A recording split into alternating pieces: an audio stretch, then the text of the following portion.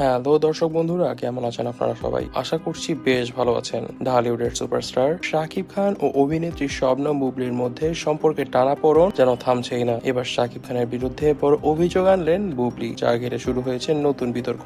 সম্প্রতি একটি ভিডিওটিতে বুবলি অভিযোগ করেন যে শাকিব খান তার ছোট ছেলে বীরের প্রতি যথেষ্ট যত্নশীল নন। তিনি বলেন, শাকিব বিদেশ থেকে কখনো দামি উপহার নিয়ে আসে না বীরের জন্য, এমনকি বীর যখন তার প্রিয় দামি খেলনা চায় তখন শাকিব তা দিতে রাজি হয় না। এমনকি জানা যায় বীর চেয়েছিল একটি দামি সাইকেল, তবে সেটি দিতে নারাজ শাকিব খান। বুবলি আরো বলেন, ছেলে তার বাবার কাছে অনেক সময় থাকতে চায়, কিন্তু শাকিব কখনো সময় দেয় না তাকে। এটি শুধু বীরের জন্য নয়, আমার জন্য খুব কষ্টদায়ক। শাকিব খান তার ক্যারিয়ার নিয়ে বর্তমানে ভীষণ ব্যস্ত। দেশ বিদেশে শুটিং এবং বিভিন্ন কাজের জন্য সময় কাটানোর সুযোগ পান না তিনি। তবে বুবলির অভিযোগের ভিত্তিতে অনেক প্রশ্ন তুলছেন, এটি কি শুধু ব্যস্ততা নাকি ইচ্ছাকৃত অবহেলা? এই ঘটনা নিয়ে নেটিজনদের মধ্যে মিশ্র প্রতিক্রিয়া দেখা যাচ্ছে। কেউ কেউ শাকিব খানের পক্ষে নিচ্ছেন, বলছেন ক্যারিয়ারের ব্যস্ততার জন্য সবসময় সন্তানকে সময় দেওয়াটা সম্ভব নয়। আবার কেউ বলছেন বুবলির অভিযোগটা আসলেই সত্য, একজন বাবার উচিত সন্তানের প্রতি দায়িত্ব পালন করা। এই বিষয়ে শাকিব খান এখনো কোনো মন্তব্য করেননি, তবে ঘনিষ্ঠ সূত্র থেকে জানা গিয়েছে তিনি বীর ও জয়ের প্রতি